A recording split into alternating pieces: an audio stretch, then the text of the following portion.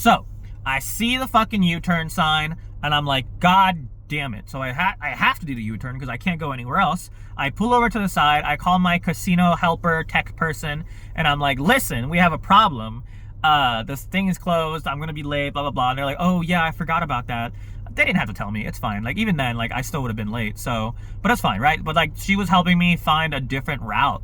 So basically what I had to do is I had to turn around, drive like 5 to 10 minutes back the way I came, take that turn that everyone else was taking that I told you about in the first video, and then take a back route for like 15 minutes, and then hit like a place, and then like put the casino on the map, and then have it guide me the rest of the way, which was like an extra 15 minutes. So basically, like I said, there was 2 ways to get there. I had to go from this side, go like around like a giant box, and then come up from the bottom side.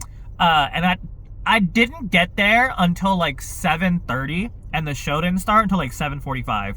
But at like 7, I called or texted, it doesn't matter, right? But I was like, hey, let me know if at 7 o'clock if there's anyone there. Because I assume if I had that problem, I'm sure a lot of people had that problem where they had to turn around. So I didn't know if there's going to be anyone there. They were like, there's like 6, so they told me there are like 6 people asking where trivia is at, and I'm like, shit, okay, well, let me call my boss and see what he wants to do. So I call my boss, immediately goes on voicemail. I forgot my boss is out of the country right now. So I was thinking, do I want to go home now? Like, I don't get paid, but I don't have to do a show for 4 fucking people, and drive completely out of my way for this. But I was like, no, let me just go secure my bag, right? Let me go get fucking paid. So I went there, and then at 7:45, or I get there at 7:30, I set up as quick as I can, and luckily we had like 13 people, which isn't like a lot, especially for the casino, but it was enough that I was satisfied.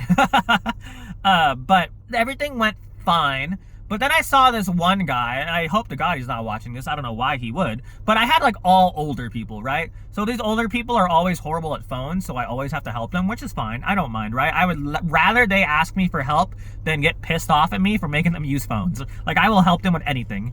But there's this one guy, right? And he was like, I've seen him before, but he has a fucking MAGA hat. And he's always like Trump 2020 something, whatever, right? Now, not to get political, but let's just say that's not my favorite thing to see. So I was speaking Spanish for some parts just to like try to piss him off because I'm a petty bitch. But he was actually pretty nice. He wasn't like an arrogant prick or anything like that. And he had a cute dog too. But this time he came up to ask me a question. This guy smelled so fucking bad. Like, he smelled like he hadn't showered in a week, mixed with like cigarettes, and I had to breathe through my mouth. That's how fucking bad he smelled. But yeah, that was pretty much it though. But like, Wednesday was fucking horrible.